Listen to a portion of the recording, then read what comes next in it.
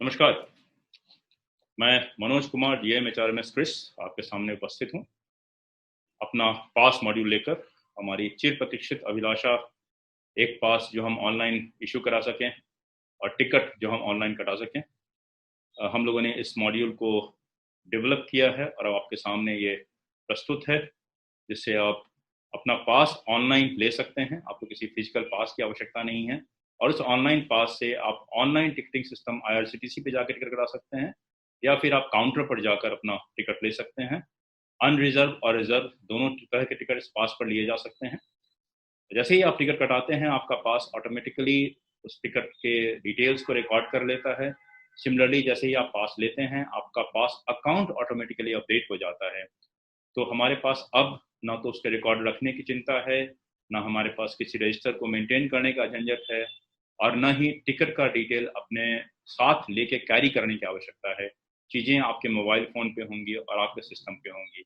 आइए आपको लेके चलते हैं अपने इस सिस्टम पे। सबसे पहले आपको हम छोटा सा प्रेजेंटेशन दिखाएंगे और फिर एक्चुअल सिस्टम पर ले जाकर आपको हम दिखाएंगे कि सिस्टम में आप कैसे पास के लिए अप्लाई करते हैं और कैसे आप अपना टिकट कटाते हैं। आइए देखते हैं सबसे पहले प्रेजेंटेशन। फिर बारी आती है अगले स्टेज की, जिसको हम लोग लिगेसी डाटा अपडेट करना कहते हैं। जो पुराना डाटा हमारे पास है, वो सारे डाटा को आप सिस्टम में डालेंगे, तभी सिस्टम उसके ऊपर बिल्ड कर पाएगा। तो पहला डाटा जो हमें डालना है वो है आपने अब तक इस साल का कितना पास लिया है, या आने वाले साल का यदि किसी ने पास लिया हो तो वो कितना पास लिया है। आपने फुल सेट पास लिया हो, हाफ सेट पास लिया हो, PTO लिया हो, या किसी एम्प्लॉय का DA केस के कारण कोई पास कटा है, मना किया हुआ है, या किसी ने LTC के लिए अपना पास सरेंडर किया है। तो ये सारा इन्फॉर्मेशन, सारी सूचना हम सिस्टम में डाल के रखते हैं। और ये सूचना जब सिस्टम में हम डाल देते हैं, क्लर्क जब डालता है पहली बार, तो एम्प्लॉय उसको फिर चेक करता है और एम्प्लॉय इसको एक्सेप्ट करता है। ये इंपॉर्टेंट है क्योंकि ये डाटा एम्प्लॉय को अपना पता होता है। जब वो उसको सही मान लेता है तब हम आगे बढ़ते हैं। यदि वो सही नहीं मानता तो वापस उसी लूप में जाता है जहाँ क्लर्क इसको फिर से ठीक करता है। अब दूसरे तरह का जो डाटा हमारे पास है वो फैमिली का डाटा है। नियम कहता है कि हम फैमिली का डिक्लेरेशन पास के लिए एम्प्लॉय देगा। यहाँ पे हमारे पास HRMS के डाटा बेस में कंप्लीट फैमिली का डिक्लेरेशन अवेलेबल है। उसी डाटा बेस से हम फैमिली का डिक्लेरेशन उस एम्प्लॉय को दिखा देते हैं, जिसके आधार पे वो चुनता है कि कौन कौन सा व्यक्ति उसके पास डिटेल में शामिल होगा, डिपेंडेंट कौन सा है, फैमिली मेंबर कौन सा है। और ये जब वो चुन लेता है तब इसको हम पास क्लर्क के पास भेजते हैं। पास क्लर्क इसको एक्सेप्ट करता है और जब एक्सेप्ट कर लेता है तब हमारा जो डाटा अपडेशन का काम है, डाटा डालने का काम सिस्टम में है, वो पूरा हो जाता है। अब बारी आती है पास के लिए अप्लाई करने की। तो हर एम्प्लॉय के पास हमारा एक HRMS ID है, उसके पास अपना एक पासवर्ड है, जिससे आधार पे वो HRMS के साइट पर जाता है। उसका URL आपको पता है, https://hrmsindiarail.hrms का जो साइट है उस पर आप जाते हैं और वहाँ जाकर फिर आप अपने लिए पास का ऑप्शन चुनते हैं। जब पास का ऑप्शन चुनते हैं तो आपके सामने जो डाटा अभी आपने अपडेट कराया वो सारा डाटा अवेलेबल होता है। उसके आधार पे आप ये चुनते हैं कि आपको फुल सेट पास चाहिए या हाफ सेट पास चाहिए। जैसे ही आप अपना पास चुनते हैं कि आप अप्लाई कर रहे हैं फुल सेट या हाफ सेट के लिए, उतना पास अपने आप आपके अकाउंट से डेबिट हो जाता है। फिर आप अपने फैमिली मेंबर को चुनते हैं फैमिली डिक्लेरेशन में जाकर के। आवश्यक तो है नहीं कि जितने फैमिली का नाम दे रखा है सबका नाम हर पास में हो। जिस फैमिली मेंबर्स को आप पास में रखना चाहते हैं उनका नाम चुनते हैं। डिपेंडेंट्स कितना रहेगा, फैमिली मेंबर कितना रहेगा, जो नियम है वो नियम हमारा सिस्टम अपने आप चेक करता है। फिर आप जर्नी चुनते हैं। सपोज आपको दिल्ली से पटना जाना है तो आप लिखते हैं कि आपको दिल्ली से पटना जाना है, वाया आप लिखते हैं कानपुर से होकर जाएंगे या लखनऊ होकर जाएंगे। दोनों के बीच में सबसे कम दूरी क्या है और विद इन 15% आप जो रास्ता चुन रहे हैं वो है या नहीं, ये सिस्टम ऑटोमेटिकली चेक करता है। यदि आप गलत मेंशन करेंगे अपने स्टेशंस को, ब्रेक जर्नी को, तो उसको सिस्टम सही भी करता है। ये जब रिक्वेस्ट आप अपना डाल देते हैं पास और PTO का, तो ये फॉरवर्ड होकर आपके पास क्लर्क के पास जाता है और इस समय 2 SMS जनरेट होता है। एक SMS आपके अपने रजिस्टर्ड मोबाइल पर आता है, जहाँ पे आपके पास इशूइंग अथॉरिटी का डिटेल होता है, उसका HRMS ID, उसका मोबाइल नंबर, ताकि ज़रूरत पड़ने पर आप उसको बोल सकें। सिमिलरली एक SMS आपके पास इशूइंग अथॉरिटी के पास जाता है, जहाँ जो एम्प्लॉय अप्लाई करता है उसका HRMS ID, उसका मोबाइल नंबर दिया होता है ताकि उसका फ़ोन अटेंड कर सके। एक पास इशूइंग अथॉरिटी के पास चूंकि एक से ज़्यादा पास क्लर्क होता है, तो सारा एप्लीकेशन जो है वो जब भी आप देखते हैं सारे पास क्लर्क को विजिबल होता है। कोई भी पास क्लर्क उस एप्लीकेशन पे काम कर सकता है। यदि आपका पास एप्लीकेशन सही है तो पास क्लर्क उसको आगे बढ़ा देता है, यदि ये ठीक नहीं है तो लौट आता है। सामान्यतः पास क्लर्क ये चेक करता है कि आपके पास कितना पास का एंटाइटलमेंट उस साल का है, आपने जर्नी सही लिखी है या नहीं। ये दोनों चीज़ें यहाँ पर ऑटोमेटिकली सिस्टम ने चेक कर रखा है, तो पास क्लर्क का बहुत ज़्यादा काम इसमें नहीं है। लेकिन जब आप स्प्लिट पास इशू कराएंगे या पास कैंसिल कराने जाएंगे तो वहाँ पास क्लर्क का रोल अभी भी इम्पॉर्टेंट है। जब ये पास क्लर्क उसको आगे बढ़ा देता है तो पास इशूइंग अथॉरिटी के पास जाता है, वो चेक करता है सारी चीज़ों को फिर से। यदि उसको चीज़ें सही लगती हैं तो वो पास इशू कर देता है, यदि गलत लगती हैं तो उसको वापस लौटाता है, तो करेक्शन के लिए चली जाती है। सही लगने पर आपका पास इशू हो जाता है। पास में एक यूनिक पास नंबर होता है जो महत्वपूर्ण है, क्यूआर कोड होता है जहाँ पर बेसिक डिटेल्स हैं आपके, एक एसएमएस यहाँ जनरेट होता है जो एसएमएस एम्प्लॉय के मोबाइल नंबर पे जाता है, जिसमें उसका यूनिक पास नंबर, कौन कौन व्यक्ति ट्रैवल कर रहा है, उसका एज क्या है, ये जेंडर क्या है, ये सारी चीज़ें, कहाँ से कहाँ वो जर्नी कर रहा है, सारी चीज़ें लिखी होती हैं। साथ ही चाहे तो एम्प्लॉय अपने सिस्टम पे जाके उस पास का डिटेल देख सकता है, चाहे तो उसको डाउनलोड भी कर सकता है, जहाँ पूरा डिटेल लिखा होता है। हालांकि पास अथॉरिटी ट्रैवल करने के उस हिसाब से नहीं है, लेकिन रिकॉर्ड के लिए आप उसको ज़रूर रख सकते हैं। अब बारी आती है स्प्लिट पास की। स्प्लिट पास बहुत कम रेलवे एम्प्लॉय ने इशू कराया होगा। जब हम लोग डिस्कस कर रहे थे ये प्रोविज़न तो बहुत लोगों को पता भी नहीं था। यह नियम है जो कहता है यदि आप किसी कारणवश अपने परिवार के साथ नहीं जा पा रहे हैं तो उसी पास को, जैसे आपका पास एक ही सेट कटेगा या आपने आधा सेट किया तो आधा सेट ही कटेगा, और वो पास दो पार्ट में बट जाता है। एक पार्ट में आपकी फैमिली जर्नी करती है, एक पार्ट में आप जर्नी करते हैं। तो ये स्प्लिट पास के लिए पहले आप अपना पास ले लेते हैं, फिर उस पास के संदर्भ में आप अपना स्प्लिट पास कटाते हैं। इसके लिए आपको अप्रूवल लेनी पड़ती है कॉम्पिटेंट अथॉरिटी की। जब कॉम्पिटेंट अथॉरिटी का अप्रूवल आपको मिल जाता है तो अथॉरिटी का अप्रूवल भी आपको अपलोड करना है, और पास क्लर्क का रोल यहाँ पे महत्वपूर्ण है, क्योंकि वो देखता है कि आपने जो स्प्लिट पास पे अप्लाई किया है आपका वो एप्लीकेशन सही है या नहीं, अथॉरिटी का अप्रूवल जो आपने अपलोड किया है वो सही है या नहीं।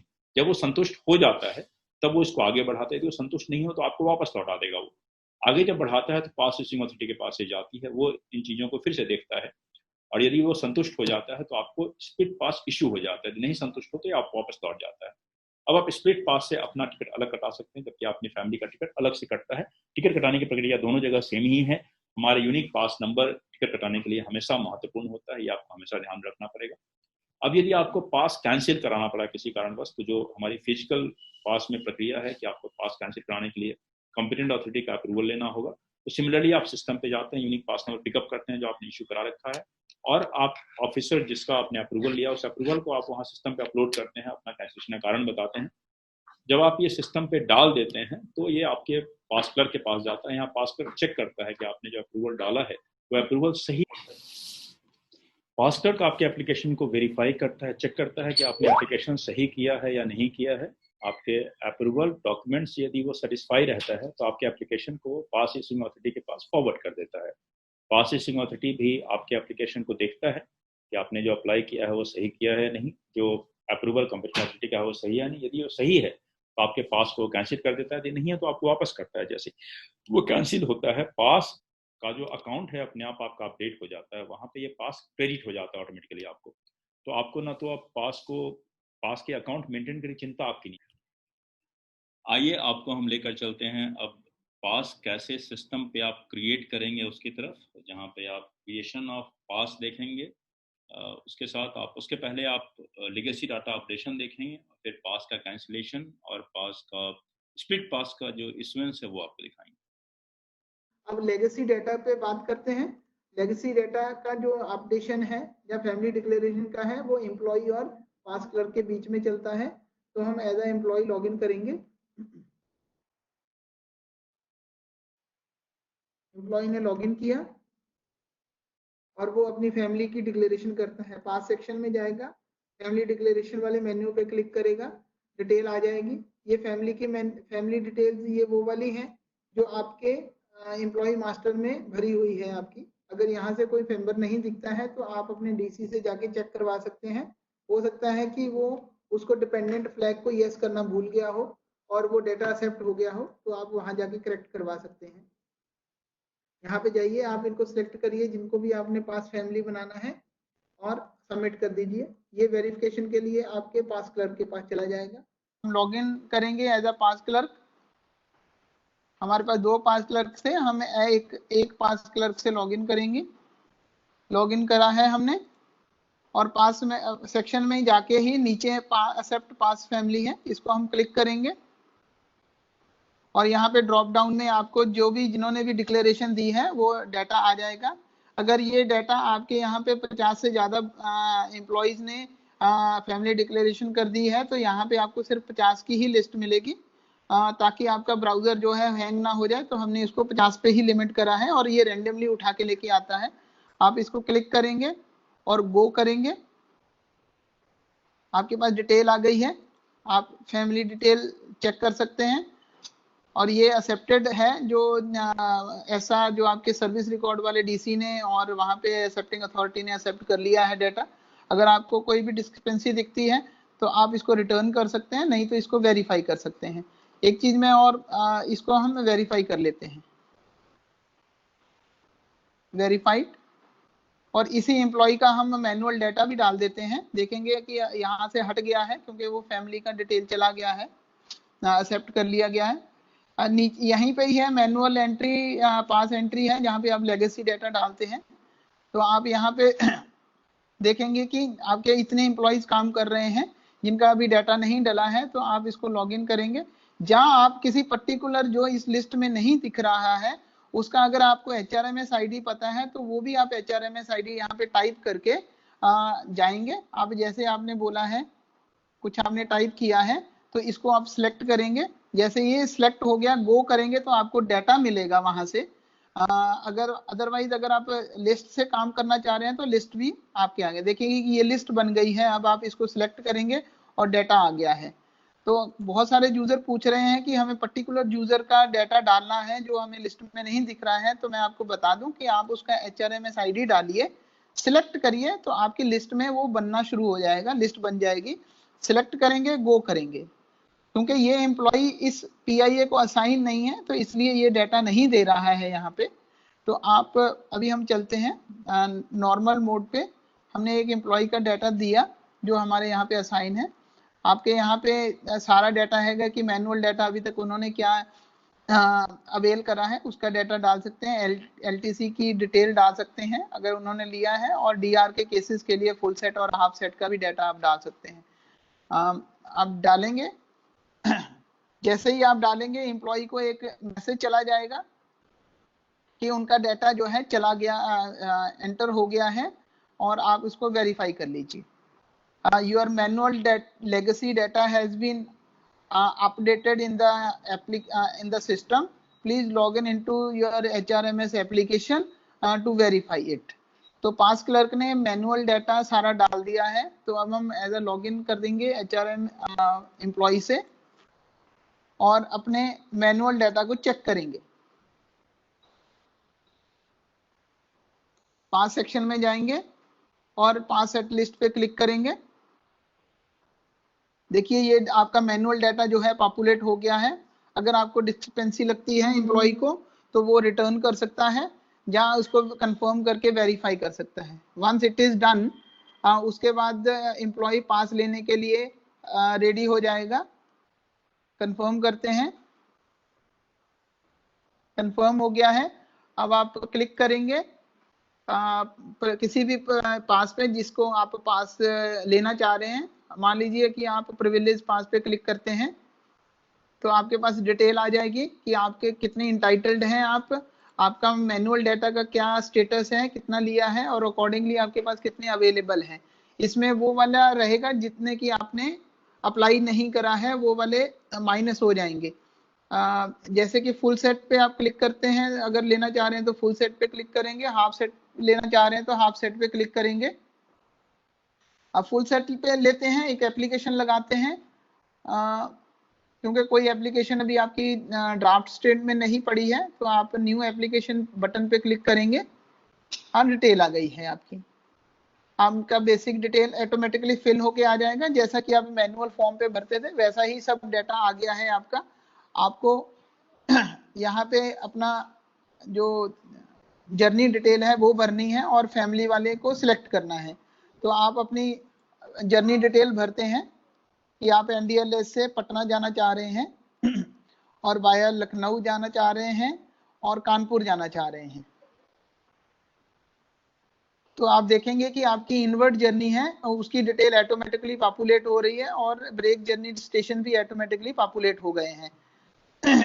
आप फैमिली को सिलेक्ट करेंगे जिनको आप पास पे लेके जाना चाह रहे हैं और सबमिट भी कर सकते हैं, submit as save as draft भी कर सकते हैं कि बाद में इसको मॉडिफाई कर सकें या एडिट कर सकें।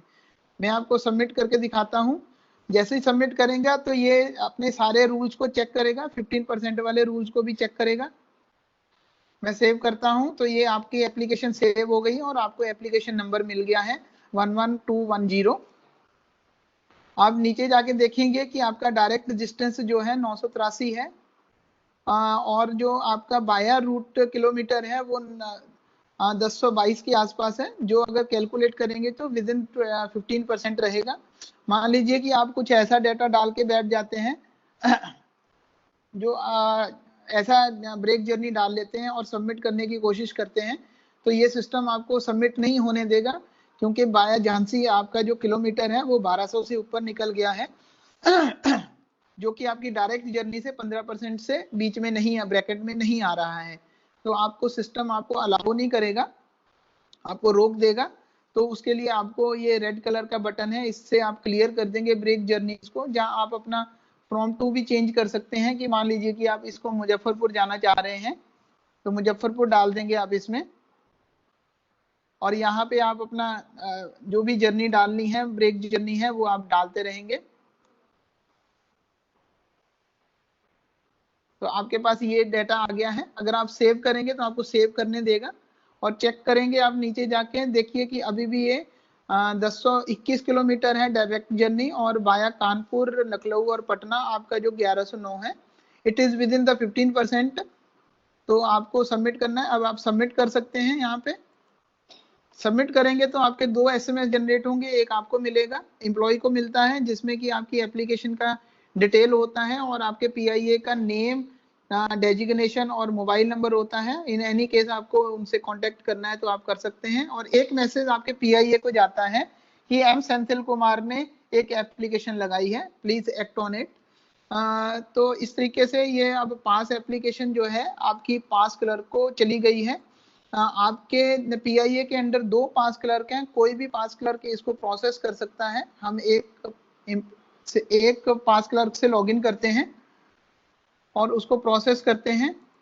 आप पास सेक्शन में जाएंगे, मेन्यू के ड्रॉप डाउन में जाएंगे, एक्सेप्ट पास एप्लीकेशन करके मेन्यू है, आप क्लिक करेंगे तो आपको एक समराइज्ड लिस्ट मिलेगी एप्लीकेशंस की। आप देखेंगे कि आपके पास अभी एक ही एप्लीकेशन दिख रही है जिसको आपने काम करना है, तो आप उसको क्लिक करेंगे तो डिटेल आ जाएगी। एम्प्लॉय का नाम आएगा, एप्लीकेशन नंबर आएगा, ईयर ऑफ पास आएगा, टाइप पास टाइप आएगा, और फुल सेट हाफ सेट क्या लिया है वो आ जाएगा। अगर आप देखना चाह रहे हैं कि उसके पास अभी कितना बैलेंस है, तो आप लेफ्ट हैंड साइड पे आप देखेंगे कि एक लिंक दिया हुआ है, चेक इंटाइटल्ड पास सेट, इसको आप क्लिक करेंगे तो आपके पास से ही उस एम्प्लॉय का जो अवेलेबल पास है वो आपको आ जाएगा। आप देखेंगे कि जब हमने एप्लीकेशन लगाई थी तो हमारे पास फुल सेट 5 दिख रहे थे और हाफ सेट 11 दिख रहे थे। तो अभी हमारे कम होके 4 रह गए हैं फुल सेट, क्योंकि एक फुल सेट की एप्लीकेशन हमने लगा दी है जो प्रोसेस हो रही है। तो सिस्टम आपको जितने आपके इंटाइटल्ड हैं उससे ज्यादा आपको एप्लीकेशन नहीं लगाने देगा। जैसे ही आप उसको करेंगे तो आपका वो लिंक खत्म हो जाएगा कि आपने उसको एग्जॉस्ट कर लिया है। ये सिस्टम चेक है पूरा। फिर भी हमने एम्प्लॉय पास क्लर्क और PIA को ये रिपोर्ट दी है ताकि वो खुद अपने तरीके से इसको चेक कर सके। देन उसके बाद हम इसको बंद करते हैं। फैमिली की आपका जो एम्प्लॉय है उसकी बेसिक डिटेल आ रही है, उसका पे लेवल है, डेजिग्नेशन है, उसका करंट यूनिट है वो आ रहा है आपका, प्रेजेंट एड्रेस आ रहा है, क्या डिटेल भरी थी उसने आने और जाने की वो आ गई है, डायरेक्ट किलोमीटर और वाया ऑप्टेड जो रूट किलोमीटर है वो आपको दिख रहे हैं यहाँ पे, आप इसको चेक कर सकते हैं। और ये विद इन द 15% ही रहेगा, क्योंकि एप्लीकेशन आपको सबमिट नहीं होने देगा वो। देन उसके बाद फैमिली मेंबर्स हैं आपके, इसके बाद भी अगर आपको कोई डिस्क्रिपेंसी लगती है तो आप रिजेक्ट कर सकते हैं और एम्प्लॉय के पास दोबारा वापस जाती है एप्लीकेशन। जो भी आप रिमार्क्स में लिखेंगे उसके अकॉर्डिंगली वो एम्प्लॉय चेंजेस करेगा इसमें। अदरवाइज आप इसको एक्सेप्ट करके फॉरवर्ड कर सकते हो। फॉरवर्ड होएगा तो आपके PIA के पास चला जाएगा जो आपका जो पास इशू करता है। मैं आपको एक बार दोबारा बता दूं कि जो आपका अभी स्ट्रक्चर है पास इशू करने का, कि जो भी पास क्लर्क हैं या पीआईए हैं उन्हीं को ही आपने सिर्फ यहाँ पे सिस्टम में बनाना है, इसमें कोई चेंजेस नहीं है आपके। आप पास इशूइंग अथॉरिटी से लॉगिन करें और इस पास एप्लीकेशन के ऊपर एक्ट करेंगे। आप पास में जाएंगे और नीचे पास इशू करके एक मेन्यू है, उस पर क्लिक करेंगे तो आपको वैसे ही डिटेल दिखेगी जैसे पास क्लर्क को दिखती है। आपको समराइज लिस्ट मिलेगी आपको एप्लीकेशंस की। आप देख रहे हैं कि आपके पास एक एप्लीकेशन है जिसके ऊपर प्रोसेस करना है, आप इसको क्लिक करेंगे तो वैसे ही डिटेल खुलेगी। आप लेफ्ट हैंड साइड पे आप देखेंगे कि वैसे ही इंटाइटल्ड पास जो है, जहाँ अवेलेबल पास की एक इंफॉर्मेशन है वो आपको बताई गई है कि उसने कितने मैनुअल पास लिए हुए हैं और अभी उसके पास कितने अवेलेबल हैं। तो आप इसको चेक कर सकते हैं, कौन सा ईयर का पास है वो चेक कर सकते हैं। नॉर्मल एम्प्लॉय की डिटेल है वो देख सकते हैं, इनवर्ड आउटवर्ड, और यहाँ पे भी हमने डायरेक्ट किलोमीटर और ऑप्टेड बाय किलोमीटर दिखाए हैं, वो भी आप देख सकते हैं। यहाँ पे फैमिली की डिटेल है, क्योंकि ये डिटेल सब पास क्लर्क ने चेक कर ली है तो यहाँ पे कोई इशू नहीं है कि इसको रिजेक्ट किया जाए, तो हम पास एक इशू कर देते हैं। जैसे ही आप पास इशू करेंगे एम्प्लॉय को एसएमएस चला जाएगा कि उसका ये पास नंबर जनरेट हो गया है और एप्लीकेशन की पूरी डिटेल चली जाएगी और एक्सपायरी डेट चली जाएगी। और एक हमने एप्लीकेशन में भी जैसे किया है, तो अब हम as a employee log in करते हैं और उस पास को हम एज अ पीडीएफ फॉर्मेट में डाउनलोड करने की कोशिश करते हैं। हम लॉग इन किए हैं,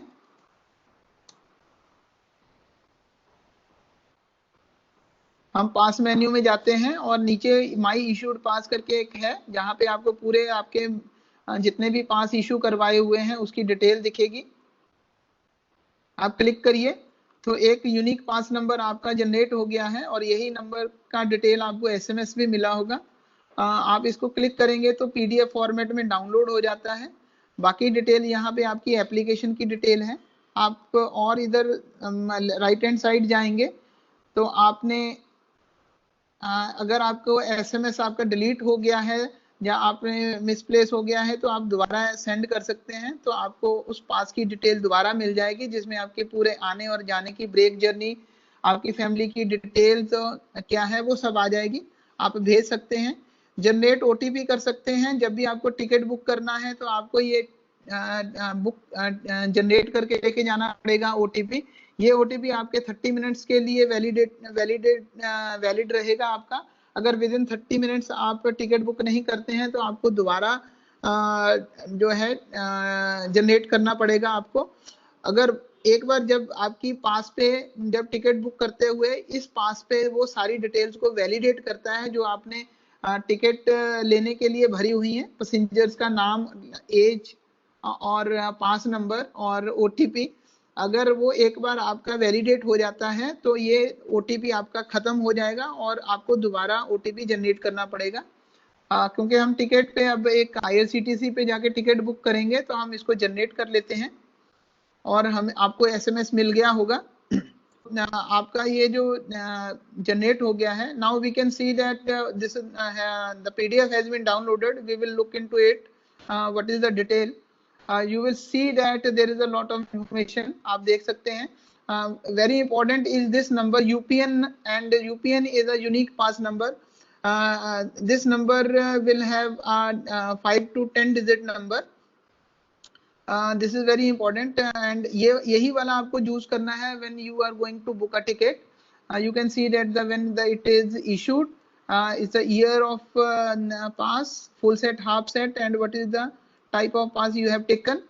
आपने किस क्या जो अप्लाई करा था उसका नाम आ गया, मेंबर्स आ गए हैं, and from end to return journey and break journey also detail here, total kilometre one sided you can travel on, also mentioned here, and the expiry date, right? And right hand side you can see that there is some detail which have been blank right now. I just zoom it and you can check here that it's a PNR train from to. Whenever you book a ticket, the details will be filled here. I will show you when I will book a ticket through IRCTC. I will show you again. Now you can see that it is a blank here. So whenever you book a ticket, जब भी आप ticket book करेंगे तो आपके पास ये detail चल जाएगी। जब भी आप कैंसिल करेंगे तब भी डिटेल यहाँ पे आएगी, या किसी कारण नॉन इशू हो जाता है तब भी आपकी डिटेल यहाँ पे आएगी। Every detail will be there of ticket booking, right. So we go to the second page पे, if you have uploaded your image or your family's images in the system, so images will be here in this particular page. Third page जो आपका है, it's an entitlement, your entitlement according to the rules, like that for this particular user in a Rajdhani in second AC, only 2 passengers, 2 family members can be traveled in this pass. If she tries to book a third member on the pass, the system will stop, system रोक देगा उसको कि आपका जो third member है वो entitled नहीं है। And similarly try to book a ticket in first AC in Rajdhani, तो यू कैन सी दैट कि ये एनी लिखा हुआ है, एनी मींस नॉट इंटाइटल्ड, तो आपको सिस्टम रोक देगा कि आप नहीं जा सकते, आपकी टिकट बुक नहीं होगी। आप चाहे IRCTC पे जा रहे हो, चाहे आप काउंटर टिकट बुक कर रहे हो, PRS और UTS, जहाँ आप उनके मोबाइल ऐप यूज कर रहे हैं, so you will not be allowed to do that. So every check is there for the ticket booking and birth entitlement. So this is what the pass generation is.